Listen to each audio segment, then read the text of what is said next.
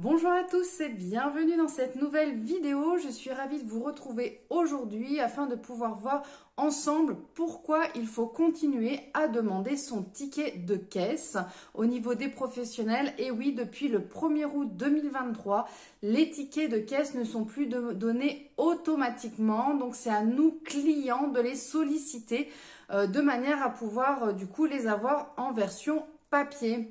Donc déjà pas mal de magasins ont déjà plus ou moins mis en place cette technique et souvent on vous pose la question au niveau de la caisse si vous le souhaitez ou pas. Donc on va refaire un petit retour en arrière pour voir un petit peu le pourquoi de comment cette loi a été mise en place, savoir les conditions et surtout savoir de manière à faire valoir vos droits le mieux possible. Donc il faut savoir que le ticket de caisse, ça reste à la base une preuve d'achat pour le consommateur.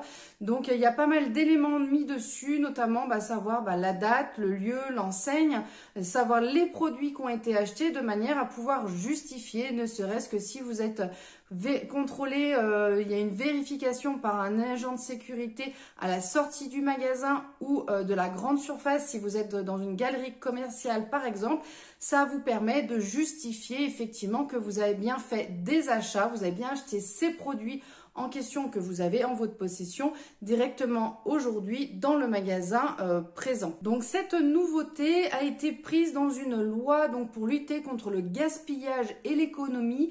Donc c'est mis en place via une circulaire en date du 10 février 2020. Donc effectivement qui prévoit que le ticket ne sera plus donné de manière automatique. Donc le professionnel va devoir informer le client, que ce soit par voie verbale ou par le biais par exemple d'un affichage ou autre, comme quoi le client il a la possibilité de demander une impression papier. À défaut, si vous oubliez de le demander, le problème c'est qu'on n'aura pas de preuve d'achat. L'objectif de cette loi, c'est de réduire la production des tickets de caisse. Donc du coup, parce qu'il y en a énormément de produits, le plus souvent ça se retrouve soit par terre, au sol, soit dans la nature. Donc effectivement, c'est pour lutter contre le gaspillage en priorité, mais également pour éviter justement que le consommateur, le client, il soit en contact avec soi-disant des produits toxiques et dangereux qui sont contenus dans la majorité des tickets de caisse. Donc ça va concerner tous les tickets de caisse qui vont être émis de manière habituelle dans les magasins de grande surface, dans des magasins électroménagers ou autres. Donc voilà, tout ce qui est émis en caisse. Ça concerne également tout ce qui est ticket de carte bleue. Également tout ce qui va être ticket donné, distribué au niveau des automates, donc par exemple pour le parking, entre autres. Et également tout ce qui va être au niveau des guichets bancaires, ce genre de choses. Également tout ce qui va être bon d'achat, tout ce qui va être avec des tickets promotionnels, ce qui va concerner donc les réductions de manière générale. Donc à cette règle, il y a quand même des exceptions de manière à pouvoir protéger quand même le consommateur un minimum. Ça va concerner notamment tout ce qui va être les tickets sur lesquels va figurer tout ce qui va être des mentions légales de garantie, de manière à pouvoir faire valoir nos droits suite à l'achat de l'appareil en question. Voilà, les garanties légales du consommateur, il faut quand même que ce soit inscrit quelque part et donc le ticket de caisse fera foi, donc ce sera automatiquement donné. Il y a également tout ce qui va être pesé automatique, notamment concernant les fruits et légumes, par exemple, de manière à ce qu'effectivement, en caisse, ils puissent checker. Alors, je sais que dans certaines grandes surfaces, la pesée se fait automatiquement en caisse et ça génère automatiquement le montant sur le ticket de caisse. Donc ça pourrait être une alternative, mais à savoir que c'est pas encore applicable dans toutes les grandes surfaces. Donc peut-être qu'il y aura du changement d'ici quelques mois. L'exception va toucher également lorsque ça concerne des tickets de carte bleue lorsque l'opération a été annulée. Également, quand l'opération n'a pas abouti ou si l'opération fait l'objet d'un crédit, donc ça veut dire un paiement en plusieurs fois par exemple. L'exception concerne également tout ce qui va être ticket qui va être émis dans le but de pouvoir faire valoir des droits de conservation ou différer de manière à obtenir un produit ou un service. Donc là, il y aura une obligation d'imprimer le ticket de caisse ou le document sur lequel va figurer du coup toutes les mentions correspondant à ce service ou à ce produit. Les magasins peuvent vous proposer une alternative à l'impression du ticket de caisse, mais il n'y a aucune obligation à cela. Ils peuvent vous proposer du coup un envoi de manière dématérialisée, que ce soit par le biais d'un SMS, par le biais d'un mail. Vous pouvez éventuellement retrouver via votre compte fidélité du magasin, également via un QR code qui va vous rediriger vers une page web sur laquelle va figurer votre ticket de caisse, ou également via la banque émettrice qui pourrait stocker également les tickets en question à partir du moment où ça a été mis en place par votre banque. Bien entendu, ils peuvent mettre en place ceci uniquement s'ils ont recueilli votre consentement et que vous avez communiqué les coordonnées nécessaires pour l'envoi de ce ticket de caisse dématérialisé. Tout ceci, c'est bien beau, mais toutefois, ça soulève quand même des questions et notamment, j'en ai relevé 8. Donc, on va aller voir ensemble les difficultés du coup que le consommateur peut rencontrer et notamment qu'il puisse du coup pêcher et ne pas être à son avantage. La première difficulté que le consommateur va rencontrer, c'est qu'une fois qu'il a passé la caisse, il n'est pas en mesure de pouvoir vérifier de suite les prix qui sont passés directement en caisse. Donc, il aura simplement payé le montant qu'il devait, mais il ne pourra pas checker si effectivement les prix qui sont passés en caisse correspondent au prix qui était affiché directement en magasin. Donc souvent quand on passe la caisse, on vérifie son ticket de caisse et si jamais il y a un problème, on se rend directement à l'accueil du magasin de manière à pouvoir régler ce problème. Donc effectivement, si on ne l'a pas en physique ou si on ne l'a pas récupéré de manière dématérialisée sur son téléphone, on ne pourra pas du coup faire valoir la rectification du prix. Le fait qu'on n'ait pas de ticket de caisse une fois qu'on a payé, le problème se pose parce que du coup, on n'a aucune preuve d'achat. Donc, à partir du moment où on va circuler dans la galerie marchande ou autre, si on a un contrôle par un vigile ou un agent de sécurité, on ne pourra pas du tout justifier de notre achat comme quoi on l'a bel et bien payé il y a 5 minutes. Donc du coup, ça reste un problème parce que du coup, on ne pourra pas apporter la preuve de notre achat. Donc ça reste quand même un problème qui est quand même à relever et je pense qu'il est quand même bien nécessaire de pouvoir récupérer le ticket de caisse, que ce soit en physique ou de manière dématérialisée, pour justement faire valoir nos droits. Ce sera le cas également si on veut faire changer un produit, notamment je pense par rapport aux vêtements.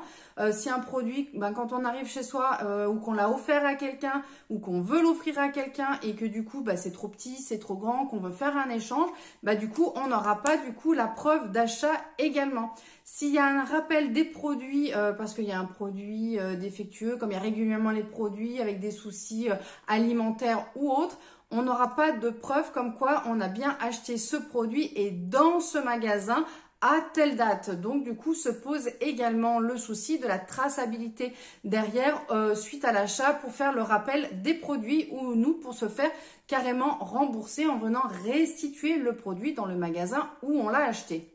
Donc pareil, s'il y a un oubli de code promotionnel ou s'il y a une offre qui n'est pas passée lors du passage en caisse, on n'a aucun moyen de vérifier, comme moi dernièrement, que vous avez certainement vu mon retour de course, lorsque j'ai fait passer 4 produits gratuits, j'en ai que 3 sur les 4 qui sont passés.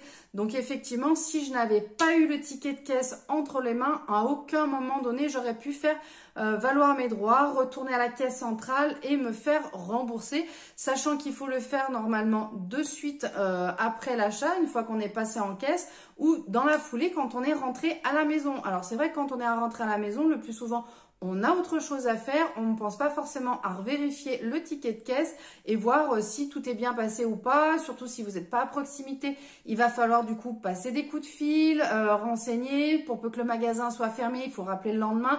Bref, vous voyez, ça complique énormément les choses. Donc je pense qu'il est quand même beaucoup plus simple d'avoir notre ticket de caisse, que ce soit en physique ou dématérialisé, de manière vraiment à faire valoir la totalité de nos droits, de pouvoir vérifier et d'avoir les remboursements adéquats. L'envoi donc du ticket de manière dématérialisée, certains vont voir également une atteinte sur ses coordonnées, la liberté de pouvoir acheter comme ils veulent, où ils veulent. Et donc du coup, c'est vrai que c'est quand même un gros point noir par rapport à tout ça, même si ça a tendance à se démocratiser de plus en plus. On fait souvent, on laisse notre adresse mail, notre numéro de téléphone ou tel site ou machin. Et c'est vrai que du coup, nos coordonnées personnelles, donc une atteinte à la vie privée, va commencer à se démocratiser de plus en plus. Et donc du coup après c'est un petit peu la porte ouverte à toutes les possibilités. Donc je pense qu'il y a énormément de gens qui en ont marre d'être fliqués, d'être suivis par rapport à tous leurs achats qu'ils peuvent faire et qui ont envie de s'acheter, aller 2-3 bricoles au magasin sans forcément être obligé de donner son numéro de téléphone pour recevoir un SMS, son adresse mail ou autre. Et donc c'est quand même une atteinte à la liberté, à la vie privée. Donc demander un ticket de caisse de manière physique, c'est quand même une bonne possibilité de pouvoir quand même préserver à minima quand même sa vie privée sur voilà, j'ai fait mes achats tel jour, telle date, je m'appelle madame un tel ou monsieur un tel. Voilà, de ce côté-là, ça peut être quand même une protection supplémentaire. Se pose aussi la question au moment de payer au sans contact, parce qu'en fin de compte, on ne voit pas forcément le montant de notre achat. Et donc du coup, ça peut induire en erreur le consommateur et donc du coup se faire gruger par rapport au montant réel qu'il aurait dû payer. Donc effectivement, c'est pas forcément d'un acte intentionnel de la part du vendeur, mais du coup, ça peut du coup porter à confusion ou avoir des soucis après pour pouvoir faire valoir nos droits.